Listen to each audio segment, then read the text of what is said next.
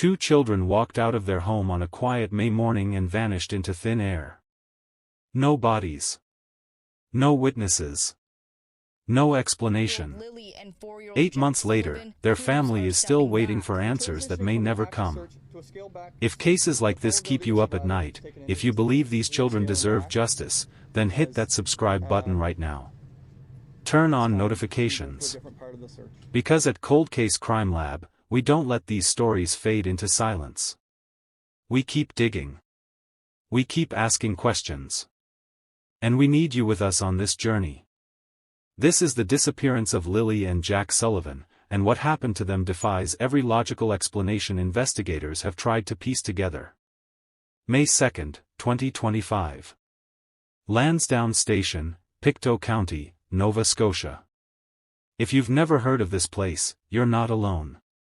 It's a hamlet, barely 100 residents strong, tucked deep into the rural heart of the province. Heavy forests surround it. The kind of place where everyone knows everyone else's name. Where children ride bikes down dirt roads and play in yards without a second thought. Where danger feels like something that happened somewhere else, to someone else. But on that spring morning, danger came to Gearlock Road. At a mobile home on that road lived 28-year-old Malika Brooks Murray, her common-law partner Daniel Martel, and their 3 children. 6-year-old Lily Sullivan. 4-year-old Jack Sullivan. And their 1-year-old half-sister, Meadow. A blended family trying to make it work in a small community where everyone's business is everyone else's business. The morning began like any other, at least according to the accounts given to investigators. Brooks Murray and Martel were in their bedroom with baby Meadow. The older children were awake, moving through the house in the rhythms of childhood. Lily, the 6-year-old, came in and out of her mother's bedroom several times that morning. In and out. In and out. Normal behavior for a child that age. Checking in. Seeking attention. Being present. Jack, the 4-year-old, could be heard playing in the kitchen. The sounds of a little boy entertaining himself. Toys moving. Small feet padding across linoleum. The background noise of a household waking up to another ordinary day. And then, at some point between 8:50 in the morning and just after 10, those sounds stopped. The children were gone. Their boots, which had been by the door, were gone too.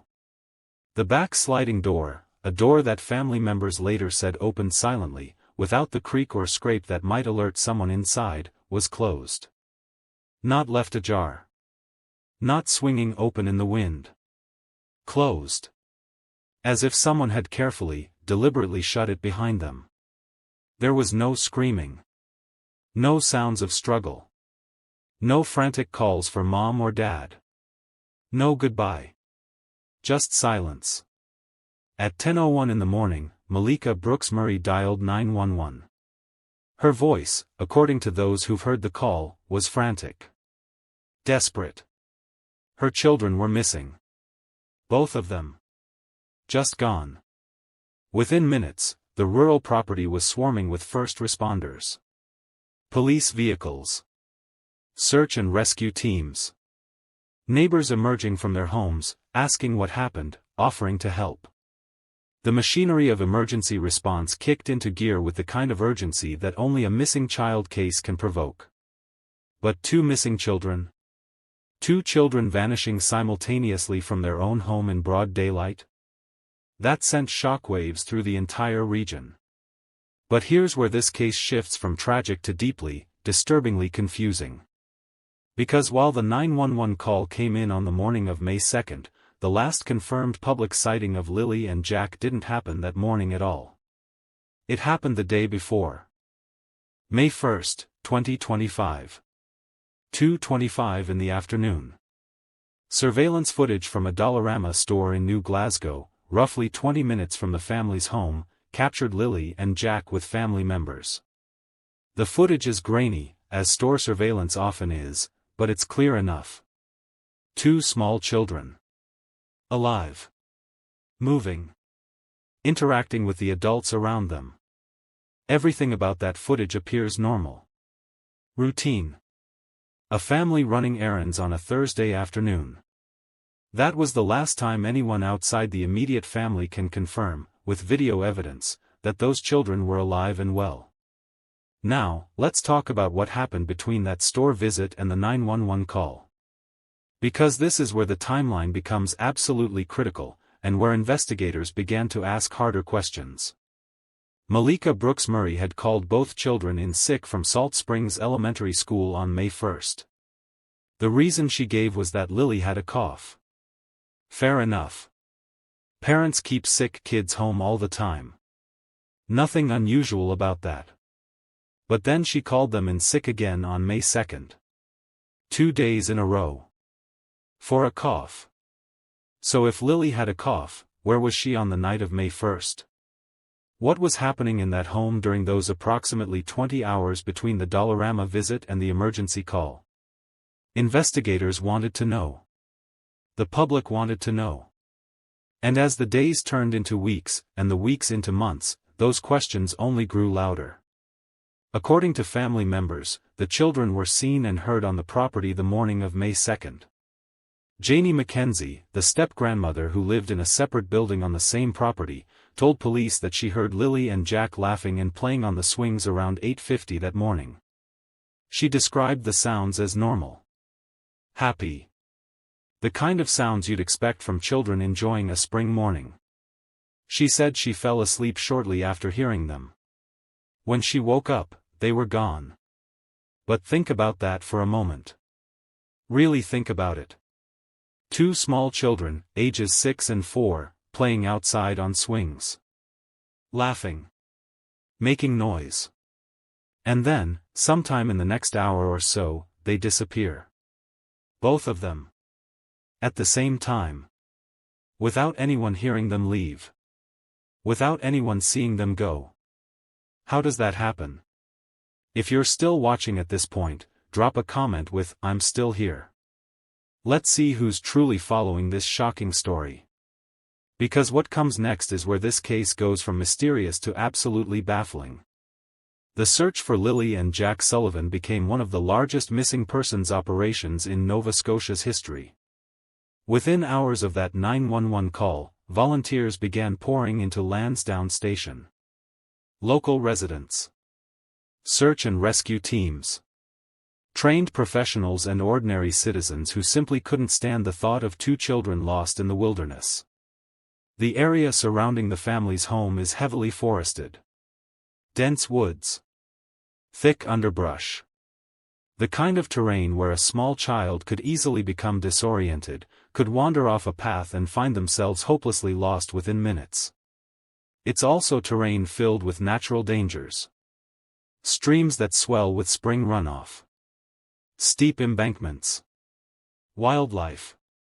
For 2 small children, alone and afraid, those woods could be deadly. Search teams fanned out across the landscape. They covered 8 to 12 kilometers of wilderness. They used tracking dogs. They used drones. They used every piece of technology and every ounce of human determination they could muster. Over 160 volunteers participated in ground searches. People walking shoulder to shoulder through dense brush, calling out the children's names. Hoping for a response. Praying for a miracle. More than 300 investigative tasks were undertaken. Tips were followed up. Leads were chased down. Witness statements were taken and retaken. Every piece of information, no matter how small, was catalogued and analyzed. Over 1,000 tips came in from the public. People who thought they saw something. People who heard something. People who had theories, hunches, suspicions. Every single tip was logged. Every single one was investigated to the extent possible. But despite all of that effort, despite all of those hours and all of those resources, investigators found almost nothing. Almost. About 1 kilometer from the family's home, searchers found a pink blanket caught in a tree. Just hanging there, snagged on branches, fluttering in the wind. The blanket was seized as evidence. It was tested. Analyzed. Investigators tried to determine if it belonged to the children, if it had been carried there by them, if it meant anything at all. That blanket remains the only significant physical evidence recovered in this entire case. One pink blanket. 1 kilometer from home. And 2 children still missing. As the days passed, the search efforts continued, but the hope that Lily and Jack would be found alive began to fade. Experienced search and rescue professionals know the statistics. They know how quickly a small child can succumb to the elements. How easy it is to become hypothermic, even in spring.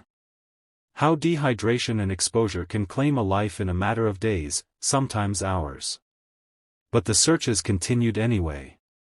Because hope is a powerful thing. Because families need closure. Because those volunteers, those investigators, those community members couldn't live with themselves if they didn't exhaust every possibility. Weeks turned into months. Spring became summer. Summer faded into fall. And still, nothing. No bodies. No clothing. No additional evidence. No credible sightings. Nothing. A 33-year veteran investigator assigned to the case publicly stated that in his entire career, he had never seen anything like this. A disappearance so complete. So thorough. So devoid of the breadcrumbs that missing persons cases usually leave behind. Because here's the thing about missing children cases. There's almost always something. A shoe left behind. A piece of torn clothing caught on a fence. Footprints leading into the woods. Some indication of direction, of intention, of what happened. But Lily and Jack left almost nothing. Which raises the question that everyone has been asking since May 2, 2025. What actually happened to these children?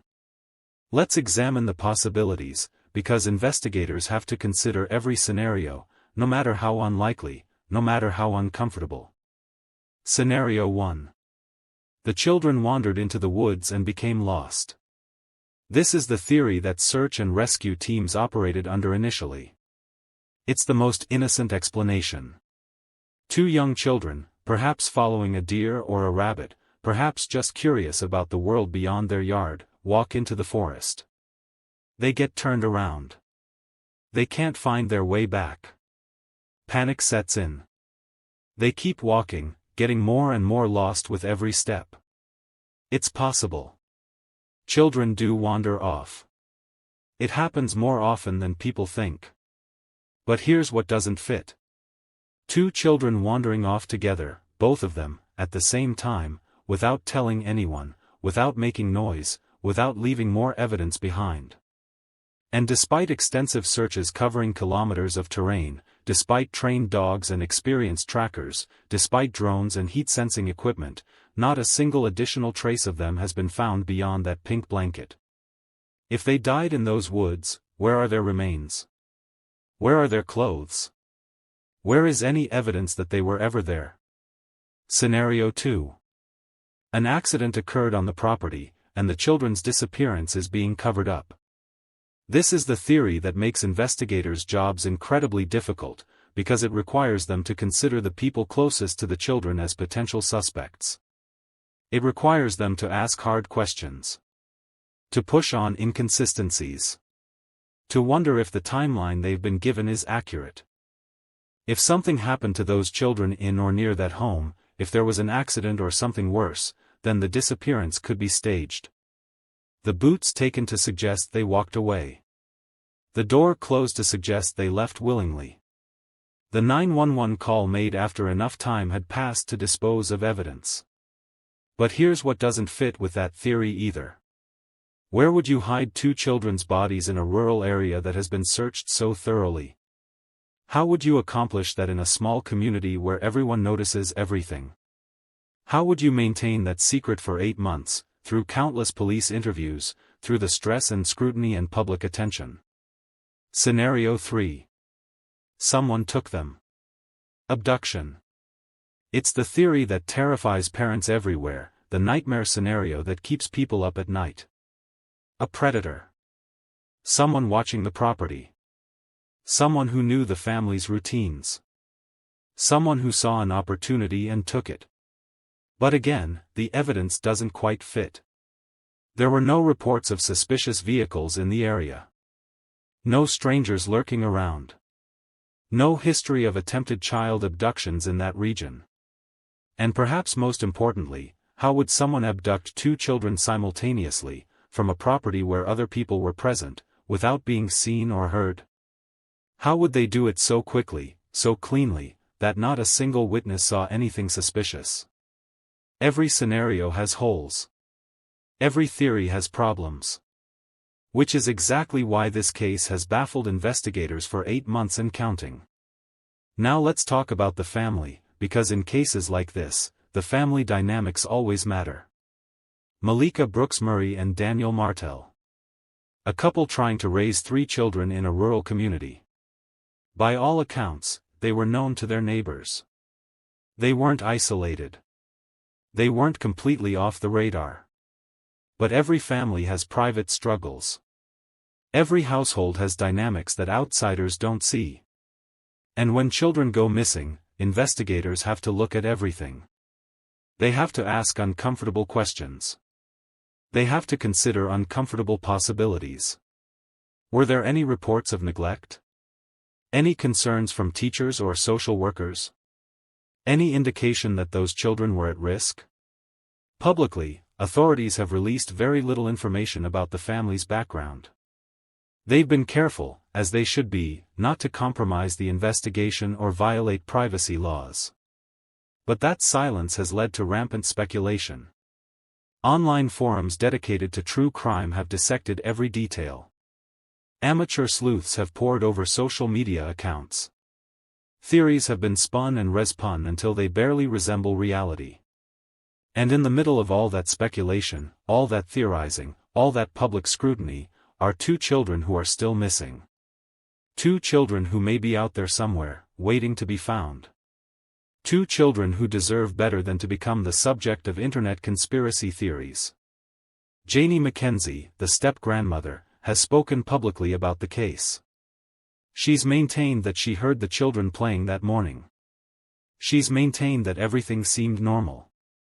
She's maintained her story through multiple interviews, through all the questions and all the doubt. Is she telling the truth? Investigators have to determine that. They have to weigh her statements against the physical evidence, against the timeline, against everything else they know. Because in cases like this, witness statements are critical, but they're also notoriously unreliable. People misremember. They fill in gaps with what they think happened rather than what actually happened. They convince themselves of timelines that don't quite match reality. Not because they're lying, necessarily, but because human memory is fragile and malleable. So when Janie McKenzie says she heard the children at 8:50 in the morning, investigators have to ask themselves, is that what actually happened, or is that what she believes happened? Is it possible she heard them earlier? Later? Is it possible she's misremembering entirely? These are hard questions. But they're necessary questions. The community of Landsdowne Station has been devastated by this case. In a hamlet of only about 100 people, everyone knows everyone. Everyone knows those children. Everyone has seen them playing, riding bikes, being kids. The collective grief and confusion have been overwhelming. Vigils have been held. Ribbons have been tied to trees. Social media pages dedicated to finding Lily and Jack have accumulated thousands of followers. People from across Canada and beyond have shared their photos, have offered prayers, have held out hope that somehow, against all odds, these children will come home.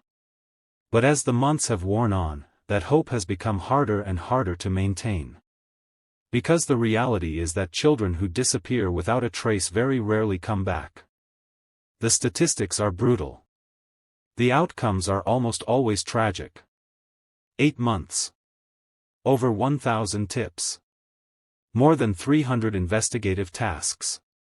160 volunteers searching 8 to 12 kilometers of wilderness.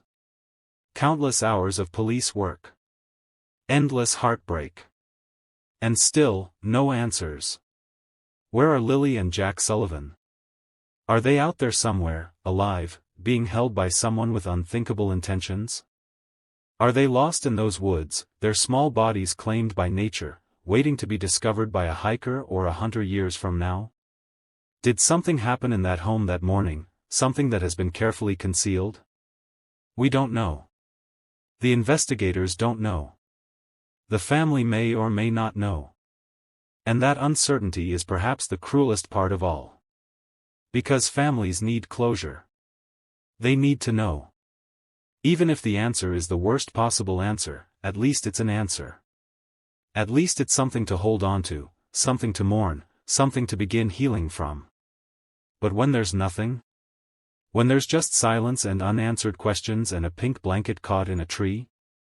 How do you move forward from that?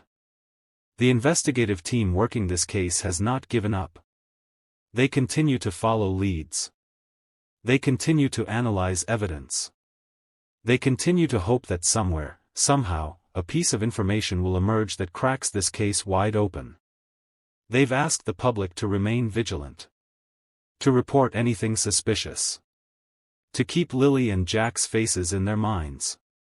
Because cases like this are sometimes solved by the smallest detail. A chance sighting. A fragment of conversation overheard. A piece of evidence found years later that suddenly makes everything click into place. But for now, 8 months after that May morning, we're left with more questions than answers. Why were the children called in sick from school 2 days in a row? What happened during those 20 hours between the store visit and the 911 call? Why didn't anyone see or hear anything when they disappeared? How could 2 small children vanish so completely from a property where other people were present? These questions haunt everyone who has followed this case. They haunt the investigators. They haunt the community. They haunt anyone who has children of their own and can imagine, even for a moment, what it would be like to wake up one morning and find them gone. This is the reality of missing persons cases. They don't always have tidy endings. They don't always resolve. Sometimes people just disappear, and despite everyone's best efforts, despite all the technology and all the resources and all the determination in the world, they stay disappeared. But we can't let that stop us from trying. We can't let that stop us from asking questions. We can't let that stop us from keeping these cases alive in the public consciousness, because attention matters. Awareness matters. Someone out there might know something. Someone out there might have seen something. And they need to know that people are still looking.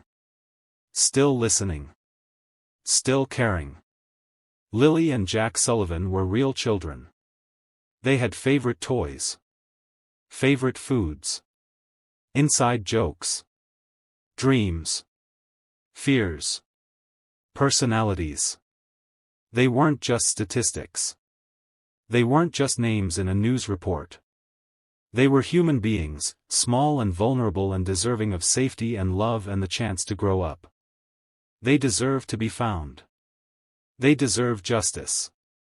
They deserve answers. And until those answers come, cases like this one will continue to haunt us. Continue to remind us that evil exists. That tragedy strikes without warning. That sometimes, despite our best efforts, we fail to protect the most innocent among us. The search for Lily and Jack Sullivan continues. The investigation remains active. And somewhere, perhaps, someone knows what happened to them. Someone has information that could bring this nightmare to an end. If you know something, anything, about this case, contact the authorities. Don't assume someone else has already reported it. Don't convince yourself it's not important enough. Every detail matters. Every piece of information could be the one that makes the difference. This is Coldcase Crimelab, and this has been the story of Lily and Jack Sullivan. 2 children who walked out of their home one May morning and never came back.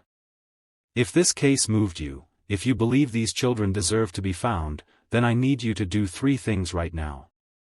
Subscribe to this channel. Share this video everywhere you possibly can.